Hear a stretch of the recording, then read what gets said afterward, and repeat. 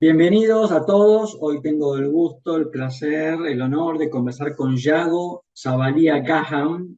Yago es socio fundador de Quanlex, empresa que se dedica a litigation finance y que, bueno, recientemente han tenido rondas de inversión muy exitosas y siguen, ¿no es cierto?, en este camino de obtener inversiones para su proyecto y Yago es ingeniero, no es abogado, así que ya nos va a contar qué es lo que lo llevó a él a meterse en este mundillo del litigation finance. ¿Cómo anda, Yago?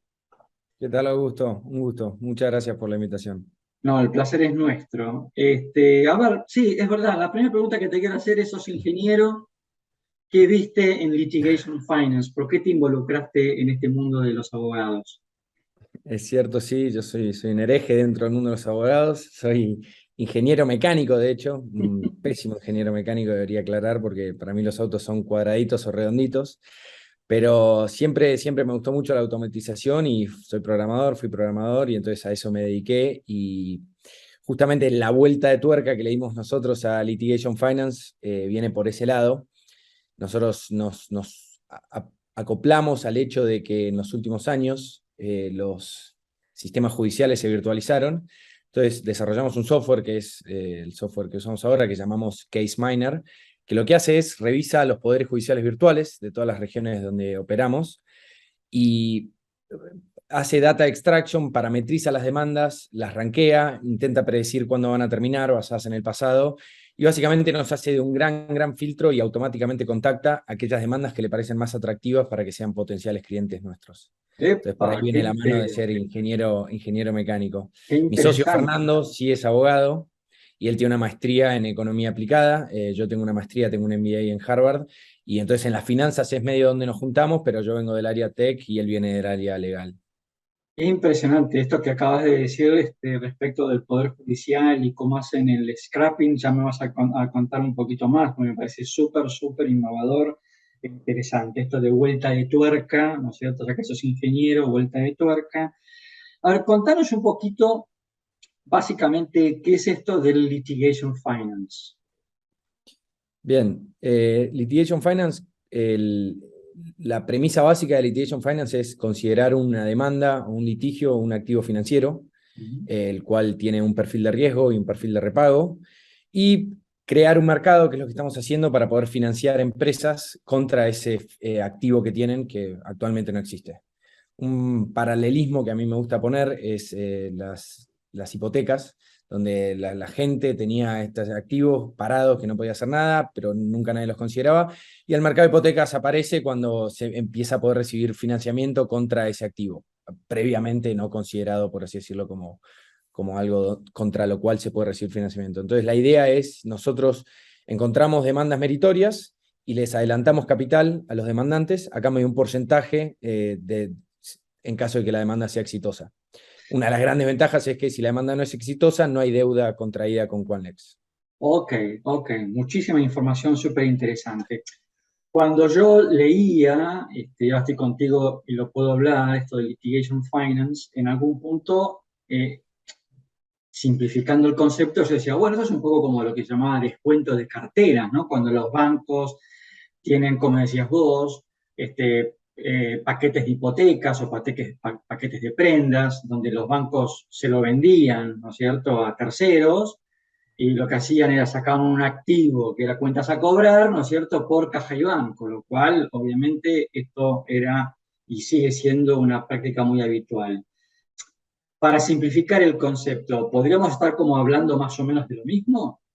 Sí, sí, diste en la tecla, Augusto. La venta de cartera es algo que existe, es, si quiere considerarlo uno, la deuda judicializada, por así decirlo, Ujú. o para judicializar es una práctica mucho más común y sería lo que sería empezar a mojarse los dedos en lo que es litigation finance. Nosotros no nos especializamos en eso, simplemente por la razón por la que ese mercado ya existe, sino lo que hacemos es cosas tal vez un poco más esotéricas, sino demandas puntuales que tal vez no entrarían dentro del mercado de quien opera venta de cartera, por así decirlo. Entonces podría ser, por darte un ejemplo, como me decís, porque es verdad que esto es nuevo y complejo para simplificarlo, una empresa demanda a otra empresa por incumplimiento contractual y entonces tiene una legítima demanda contra esa otra empresa.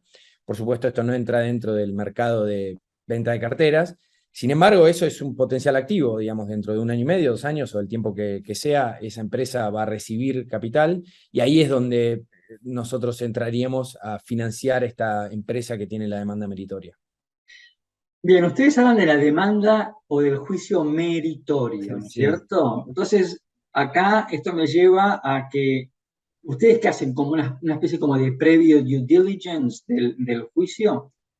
Sí, claro, por supuesto, sí, está bien lo que aclarás. Aclaro en meritorio porque de nada sirve financiar una demanda que después no va a salir con éxito. Obviamente nadie tiene la bola de cristal, pero nosotros sí, entre el algoritmo y nuestro equipo interno de abogados y consultores externos que tenemos, somos bastante exhaustivos, entonces intentamos siempre apostar a demandas, como nosotros llamamos meritorias. De hecho, estamos operando hace casi 3 años y al día de la fecha todavía no perdimos ninguna demanda y creemos que así va a seguir. Y esto que ustedes, esto de decir, bueno, hasta ahora venimos infalibles, no hemos perdido una sola demanda, así que el éxito es 100%. Esto ustedes lo asignan básicamente a justamente esta data que ustedes manejan sobre historia, jurisprudencia, etcétera, etcétera. En gran parte sí, también en gran parte dado el hecho de que es un mercado nuevo, lo que nos permite a nosotros es ser eficientes a la hora de elegir y solamente entrar en casos donde la certeza legal es muy alta, por así decirlo. Entonces, si es que tenemos dudas legales, tal vez tenemos en este momento nuestro cuello de botella no está por ese lado, entonces tal vez buscamos casos que sí sean más, que consideremos más seguros, por así decirlo. También un comentario que vale la pena agregar ahí, Augusto, en cuanto a la certeza. Uno se imagina litigation finance en su manera tradicional como un financiamiento que se recibe antes de que la demanda sea presentada, y si bien eso es cierto y puede ser, nosotros muchas veces también entramos con demandas que ya tienen 2 o 3 años en el proceso y Claro. todavía incluso le faltan 2 años. Entonces eso a su vez nos permite tener más puntos de contacto para saber si la demanda va a ser exitosa o no. Sí, claramente, desde el punto de vista de análisis de riesgo, parecería ser como que es mucho mejor entrar a mitad de camino que al inicio, ¿no? Sí, eso está muy bien. Y ahora, cuando uno habla de litigation finance, ¿no? Y subrayamos la palabra finance, uno lo que entendería es como que uno toma una deuda como para adelantar, ¿no es cierto?, el éxito, o mejor dicho, el capital de trabajo, digamos, que está reflejado en un activo que es una cuenta a cobrar, que es un juicio, ¿no? Ahora, vos acabas recién de decir que en caso de que no seamos exitosos, no es que se le debe el dinero a Quanlex, sino que acá es como una especie de compartimos el riesgo. 100%, así como lo comentaste. Una de las grandes ventajas para nuestros clientes es esa. Nosotros adelantamos capital y cobramos del flujo del litigio y sí, solo sí, si existe tal flujo. Entonces, en caso del litigio perderse o atrasarse, etcétera, ese es un riesgo que nosotros tomamos y el capital entregado no tiene que ser devuelto. Y acá, importantísimo esto que decís, y la verdad que me parece muy bueno. Acá, ¿no es cierto? Ustedes, cuando llegan a un acuerdo con un cliente, ¿es como que ustedes toman el caso y vos lo derivás a tu equipo de legales o dejás que el abogado del cliente lleve el asunto y ustedes monitorean? ¿Ustedes compran el caso? ¿Cómo es la transacción? Sí, otra muy buena pregunta. No, nosotros por lo general lo que hacemos es compramos un porcentaje del flujo futuro del caso, es decir, hipotéticamente en caso de ser exitoso, hay entre un 5% en los casos pequeños y hasta un 25%, y no nos gusta excedernos mucho de eso, que nosotros tendríamos derecho a cobrar de ese flujo. Pero es importante aclarar, nosotros no intervenimos en el proceso. Parte de nuestro análisis es decidir si los abogados que actualmente están llevando el caso nos gusta la estrategia, pero nosotros de ninguna manera intervenimos. Sí tenemos, por supuesto, derecho a información, pero no tenemos injerencia sobre el proceso de ninguna manera. Con lo cual, es decir, para el cliente no solo aparece una empresa que te dice, che, te puedo ayudar en que esto que hoy es una cuenta cobrada en el balance, lo puedas convertir en por lo menos un porcentaje en capital de trabajo y además dejo que tus abogados sigan llevando el asunto, lo cual parece muy novedoso. Exactamente, de esta manera ellos pueden elegir con qué abogados seguirlo llevando, nosotros no intervenimos en eso. Y en cuanto a lo de cuenta a cobrar, a veces es así, pero muchas veces ni siquiera ese es el caso, lo cual hace a Litigation Finance más atractivo todavía. No es que ellos tienen una cuenta a cobrar que disminuye contra el capital que entra. Muchas veces entra capital y lo que se disminuye es algo que ni siquiera está en el balance, porque cuando una empresa demanda a otra empresa y no sabe si va a cobrar ni cuándo, muchas veces ni siquiera pone ese activo en el balance.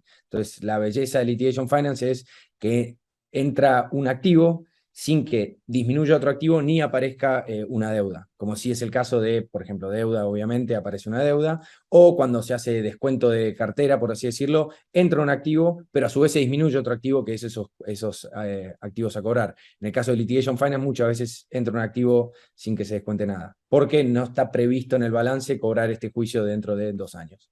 Correcto. Con lo cual, a partir de ahora, imagínate la importancia que va a tener la opinión de los abogados para ver la previsión, ¿no es cierto? El tema del informe de previsiones de cobrabilidad o incobrabilidad de un juicio, ¿no? Exactamente. Y escúchame, Yago, un poco para ir concluyendo esta interesantísima charla. A ver, ustedes, digamos, tienen como algún mercado objetivo, digamos, dicen, bueno, vamos por contratos comerciales, vamos por acciones de clase, vamos por derecho laboral. ¿Tienen identificado algún sector o ustedes detectan por data entry un juicio interesante y no matter what, van adelante con la transacción? Sí, la realidad es que somos bastante agnósticos, dado que el mercado es tan nuevo, no nos podemos permitir hacer muchas cosas distintas y hemos hecho muchas cosas distintas. Ujú. En realidad, cualquier litigio donde haya en el futuro un capital que cambie de manos es un litigio donde nosotros podemos intervenir, sin ninguna otra particularidad más que esa. Por supuesto que hay cosas que hacemos más que otras, como incumplimiento de contratos o conflictos entre empresas, pero hemos hecho, la verdad, que muchas cosas distintas, desde patentes hasta demandas contra estados, por ejemplo, que uno a priori creería que son demandas lentas y largas, pero a su vez es un demandante que paga, es un demandado que paga, discúlpame. Ujú. Entonces, en principio no tenemos nada donde nos especialicemos, hemos hecho de todo y estamos abiertos a seguir haciendo, a seguir al menos analizando cualquier tipo de litigio donde haya un capital que probablemente cambie de manos. Me contabas que estás en este momento en Madrid por unos clientes y que pronto te vas a Miami justamente a seguir con tu ronda de inversores. Sí, Hoy están focalizados en un mercado específico, en América Latina, se están expandiendo a Europa, ¿cómo están creciendo? sí, perdóname, me lo preguntaste y contesté lo otro sin contestar eso.